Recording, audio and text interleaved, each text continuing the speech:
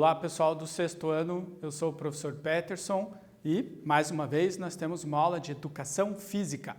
Se prepare aí que eu tenho certeza que hoje vocês vão gostar bastante do tema. Mas antes, vamos dar um oi para o Natan? Tudo bom, Natan? Beleza. O Natan ele vai nos ajudar com a interpretação da nossa aula em Libras.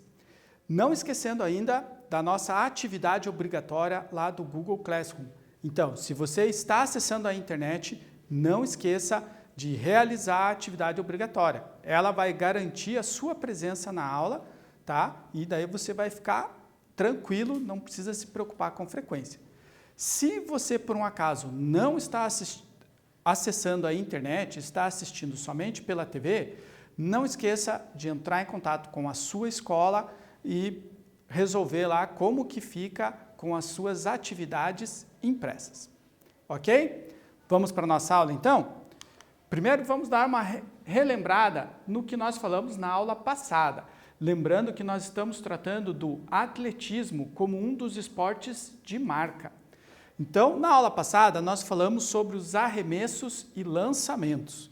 Os arremessos e lançamentos são provas realizadas no campo interno da pista de atletismo. Lembra que nós aprendemos que as corridas acontecem na pista.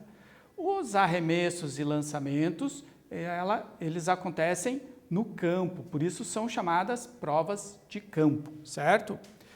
Cada atleta tem 6 tentativas para estabelecer a sua marca, tanto nos arremessos quanto nos lançamentos, tá? Em cada arremesso ou lançamento, o atleta deve respeitar a área de execução do movimento e a área de aterrissagem do equipamento. Lembram que se ele arremessar o equipamento para fora dessa área, o arremesso não será válido, ok? E quais são os arremessos e os lançamentos? Então, nós temos o arremesso de peso, o lançamento de disco, de martelo e do dardo. Espero que vocês tenham dado uma olhada lá no Saber Mais da nossa aula passada e assistido também aqueles vídeos que ajudavam vocês a entenderem um pouquinho mais sobre os arremessos e lançamentos no atletismo. Hoje nós vamos continuar com o atletismo, mas a gente vai para uma prova um pouquinho diferente. Hoje nós vamos falar sobre os saltos. Então, as provas de salto ocorrem em áreas determinadas, normalmente posicionadas internamente à pista das provas de corrida. Então, os saltos, eles também são conhecidos como provas de campo, assim como os arremessos e lançamentos. As provas de salto dividem-se em provas de salto vertical e de salto horizontal. Então, vertical, quando o atleta precisa vencer uma altura, ele salta para o alto, e horizontal, quando o atleta precisa saltar em distância, né? Ele precisa vencer uma distância maior de salto, ok? As provas de salto verticais se referem ao salto em altura e ao salto com vara. As provas de salto horizontal abrangem o salto em distância e o salto triplo. Então vamos falar um pouquinho sobre os dois saltos horizontais. Vamos entender como que eles acontecem, né? Um pouquinho sobre a regra de cada um e como que é feita a execução do salto. Então, nessa prova, a marca a ser determinada é a maior distância de salto. Cada atleta possui 3 tentativas para estabelecer sua melhor marca, mas é preciso estar atento a algumas regras. Por quê? Se o atleta cometer alguns erros na prova, o salto dele nem é medido, ele é desclassificado, aquele salto não é contado como marca. E ele perde a tentativa, ele não pode repetir, certo? Então o atleta precisa conhecer muito bem algumas regras para poder executar o salto e ter a sua marca aferida, né? A sua marca medida realmente. Então, primeiro, o salto em distância é realizado por um atleta de cada vez, alternando entre as chances, ou seja, o primeiro atleta faz a sua primeira tentativa, em seguida vai o segundo atleta, também em sua primeira tentativa, e assim sucessivamente até que todos tenham feito a sua primeira tentativa.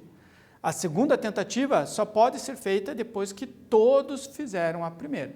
Então, se por exemplo nós temos lá 10 atletas na prova, o primeiro faz o seu, o atleta número 1 faz o seu primeiro salto e assim sucessivamente todos os atletas executam o seu primeiro salto.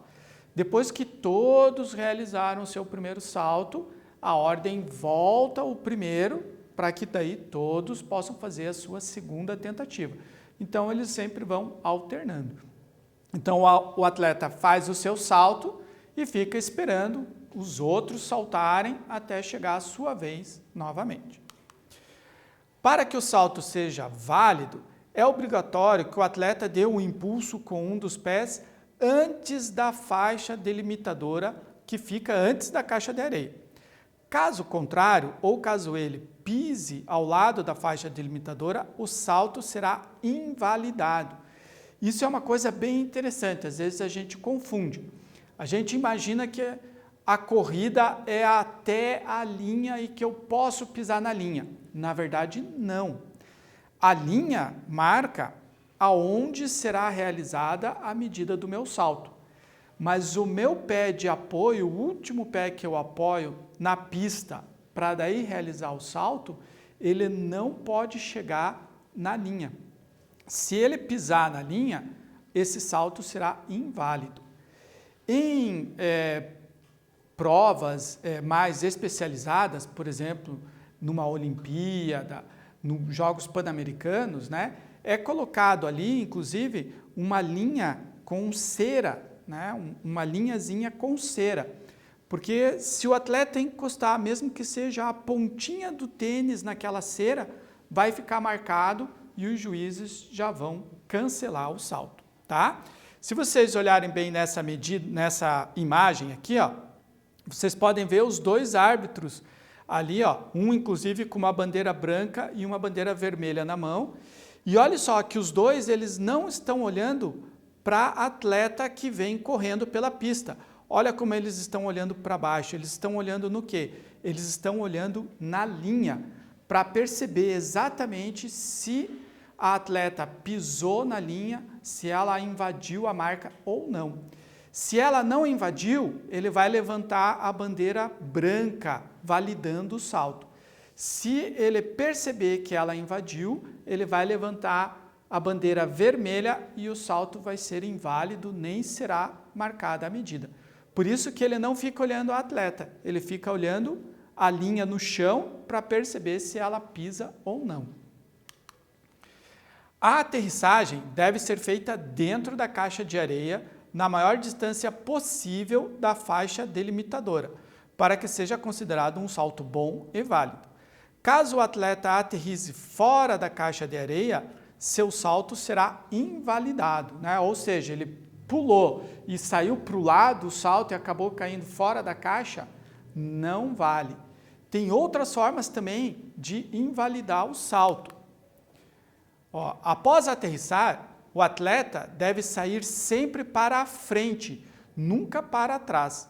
Caso ele caminhe sobre a caixa de areia, seu resultado será anulado. Ou seja, ele saltou, caiu na caixa de areia, deixou a sua marca na caixa de areia. Ele tem que sair na continuidade da caixa de areia. Se ele sair e fizer alguma marca na areia para trás da onde ele aterrissou, esse salto também será invalidado. Ele sempre tem que sair para frente. A medida sempre é feita na marca da areia que ele deixou mais para trás. Então, se, por exemplo, ele cair sentado na areia e se apoiar com as mãos para trás na caixa, o salto será medido na marca que ele deixou com as mãos. Por isso, ele precisa sempre projetar o corpo para frente, porque ele aterriza na areia e continua para não deixar nenhuma marca para trás, tá? Vamos dar uma olhada aqui no nosso GIF? Olha só, o corredor vem, pisa antes da marca, aterriza na areia, não voltando pelo mesmo caminho, certo? A saída dele vai ser sempre pela frente, tá? Então, esse é o salto em distância, Talvez um salto que vocês pratiquem bastante aí nas aulas de educação física, quando a gente tem as nossas aulas presenciais. É o salto mais comum. O que a gente precisa é a caixa de areia, né? Um local para poder fazer as aterrissagens com tranquilidade e segurança. O salto triplo, ele possui a mesma premissa do salto em distância, ou seja, não pode pisar na linha, né, como no salto em distância, e a mesma ordem de execução dos saltos. A única diferença é que a faixa delimitadora está localizada bem antes da caixa de areia. Vocês lembram que no salto em distância, a faixa delimitadora está bem no comecinho da caixa de areia. Agora, no triplo, ela vem bem mais para trás, tá? Bem antes da caixa de areia. Para que o atleta tenha que dar mais 2 passadas após o impulso realizado antes da faixa delimitadora. Então, olha só no GIF de novo. Ele vai pisar 2 vezes na pista para depois chegar na caixa de areia. E mais uma coisa, ele bate um pé, o primeiro pé para iniciar o salto, a próxima batida ele faz com o mesmo pé, a seguinte com o pé contrário e depois aterrissa na caixa de areia. Então, se ele começa com o pé direito, ele vai bater mais uma vez o pé direito, pé esquerdo, aterrissa com os 2 na caixa de areia. E o salto, ele é medido da onde ele começou até o final, onde ele aterrissou na caixa de areia. Então, agora vamos para o nosso primeiro exercício da nossa aula. Na imagem ao lado, a atleta acabou de realizar seu salto. Para que seja válido, ela teve que, vamos analisar aqui as alternativas, bater o pé exatamente sobre a marca, bater o pé após a marca, bater o pé antes da marca ou bater o pé na caixa de areia. Como que ela teve que, aonde ela teve que bater o pé para iniciar o seu salto e o salto ser válido. Dê uma pensada aí, se precisar, faça uma pesquisa no Google, daqui uns minutinhos nós retornamos.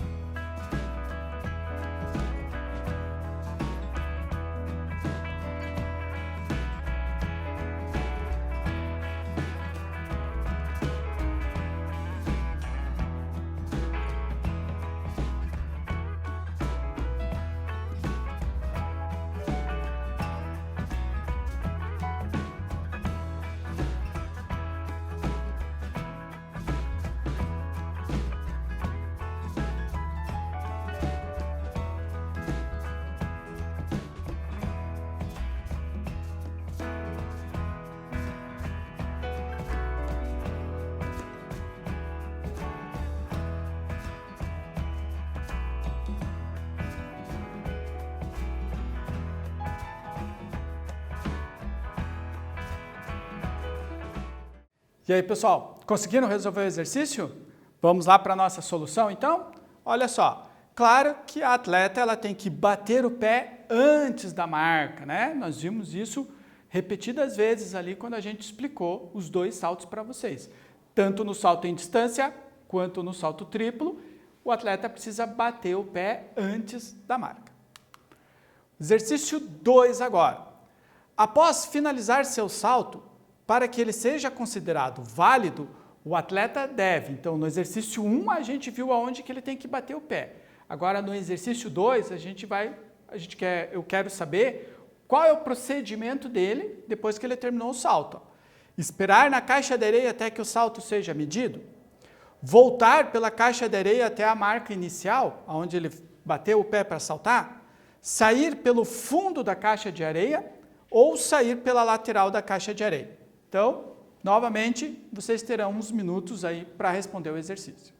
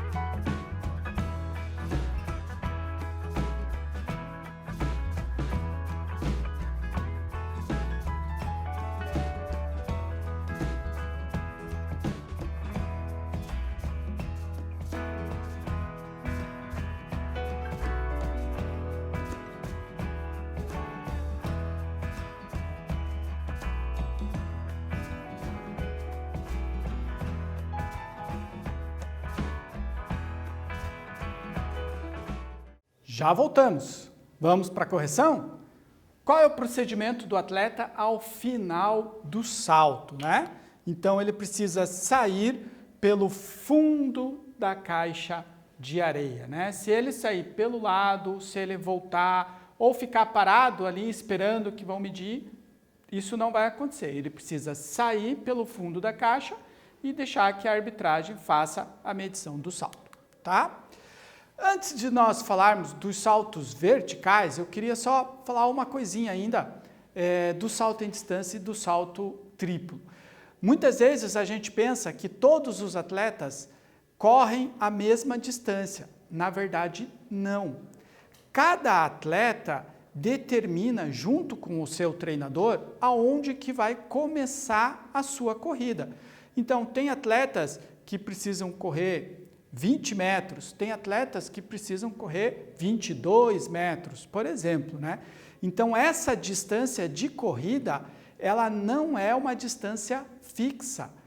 Cada atleta determina qual é a melhor corrida para ele, né? Então, essa é uma curiosidade.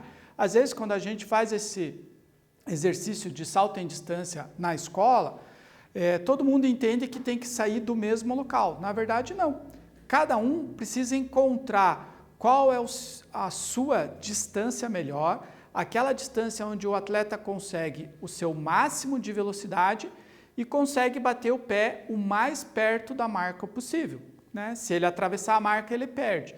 Se ele pular muito antes da marca, ele vai perder centímetros no salto dele.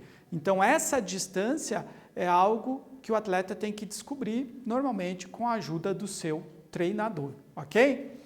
Agora sim, vamos tratar dos saltos verticais, né? Os saltos em altura. O salto em altura é um salto que exige muita técnica e força aliadas, já que a corrida é feita de frente, mas o salto é feito de costas e o atleta ainda precisa ganhar altura e não distância como nos dois anteriores. Então, olha só a imagem que a gente tem aqui. Vê como o atleta está passando pelo sarrafo pelas costas. O sarrafo fica posicionado nas costas dela. Então, ela faz uma corrida. Normalmente, essa corrida ela tem um movimento circular para que esse movimento circular ajude o atleta a alcançar a altura e possa passar por cima do sarrafo. Neste salto, há um sarrafo, um obstáculo feito em fibra de vidro ou alumínio, suportado por 2 postes laterais. O objetivo dos competidores é superar a maior altura do sarrafo sem derrubar o sarrafo. Se na sua tentativa, na execução do salto, ele encostar no sarrafo e o sarrafo cair, o salto não é válido. Mas se ele encostar no sarrafo, o sarrafo pular, mas não cair, ficar na posição, balançar e tal, o salto é válido, tá? Ele só perde o salto se ele derrubar o sarrafo ou se ele passar por baixo do sarrafo, também ele perde o salto, tá? Então lá, a altura mínima do sarrafo é determinada pelos juízes, aquela em que a prova vai começar, tá? Mas cada atleta pode escolher a altura inicial para o seu primeiro salto, desde que respeite a altura mínima determinada pelo juiz. Então, por exemplo, o juiz coloca que a altura mínima é 1,50 m, mas tem um atleta que ele quer começar em 1,60 m. Ele pode. O que ele não pode é começar com menos de 1,50 m, certo? Durante a corrida, que geralmente é de mais ou menos uns 40 metros, o atleta pode abortar o salto, ou seja, ele pode dar uma desistida do salto, né? Refugar, não saltar. Mas terá 1 minuto para voltar, fazer a corrida novamente e executar o salto dessa vez.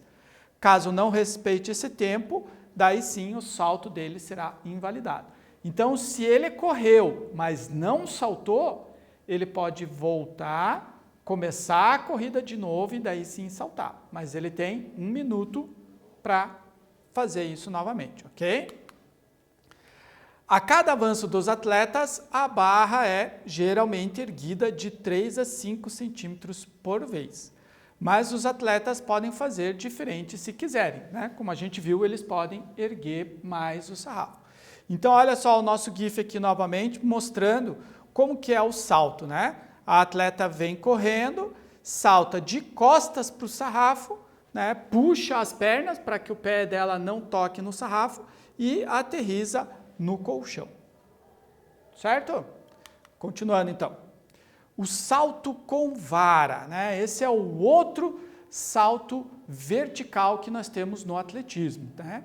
É um salto extremamente técnico, até mais técnico do que o salto em altura, porque ainda tem o implemento da vara e até a corrida com essa vara precisa ter uma técnica especial para executar essa corrida.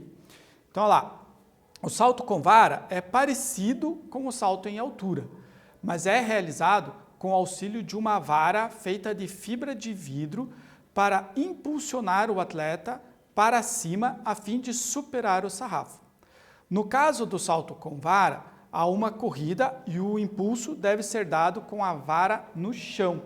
Então a vara entra num encaixe e ela serve quase como uma mola que arremessa, joga o atleta para o alto, tá?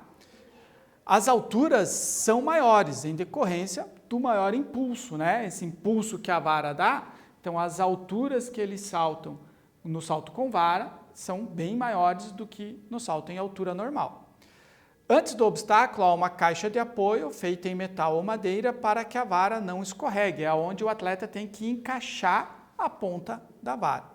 As regras são basicamente as mesmas do salto em altura, o mesmo número de tentativas, tá? E a vara, né, o sarrafo, vai aumentando conforme os atletas vão superando. Uma coisa é, a vara do atleta não muda. Ele pode ter mais de uma vara na competição com tamanhos diferentes, mas né, a ideia é que ele faça tudo com a mesma vara, ok? Aqui o nosso GIF, então, com a imagem, né, de uma saltadora com varas. Olha como a vara curva e arremessa ela para o alto como se fosse uma mola. Ok? Terceiro exercício da nossa aula, então. Qual alternativa apresenta os saltos verticais e horizontais, respectivamente? Tá? Respectivamente significa o quê? Primeiro os verticais, depois os horizontais. Tá? Então temos ali 4 alternativas. Eu não vou ler porque senão fica muito fácil. Eu quero que vocês leiam e respondam. Daqui a pouquinho nós voltamos.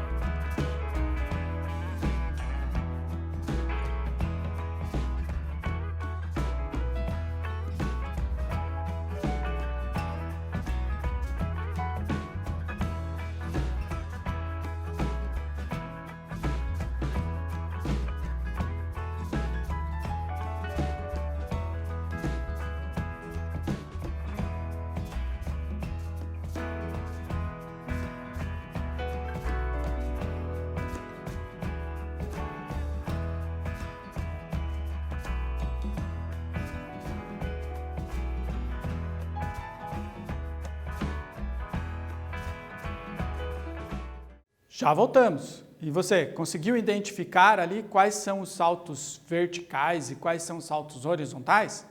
Vamos corrigir então?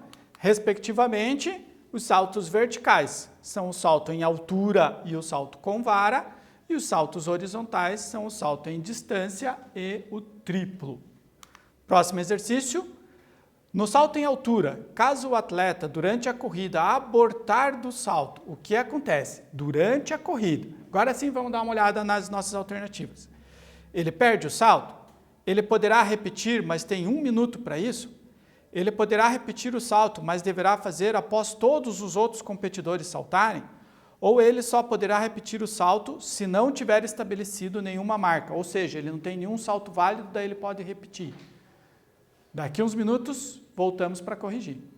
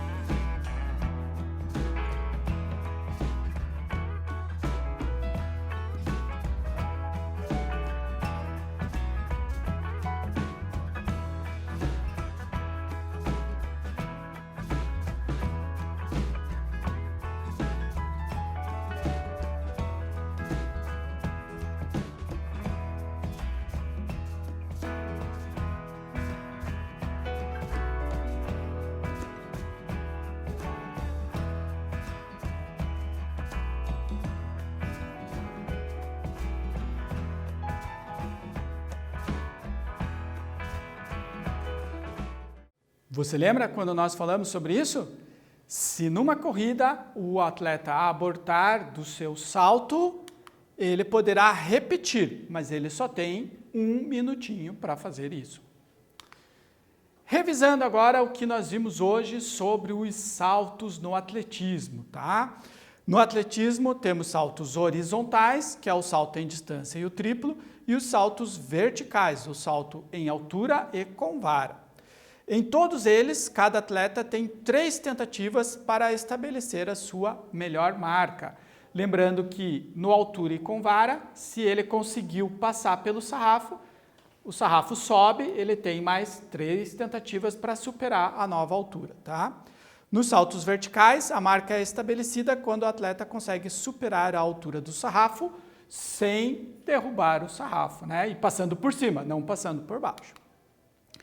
Para vocês saberem um pouquinho mais, né, temos 3 sugestões aqui de vídeos lá do YouTube, né, mostrando um pouco mais da técnica para o salto em distância, para o salto em altura e para o salto com vara.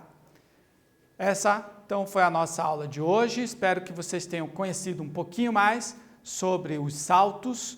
Próxima aula nós continuamos ainda nos esportes de marca, ainda no atletismo, mas com algo um pouquinho diferente, ok? Fique bem e, se possível, fique em casa. Tchau!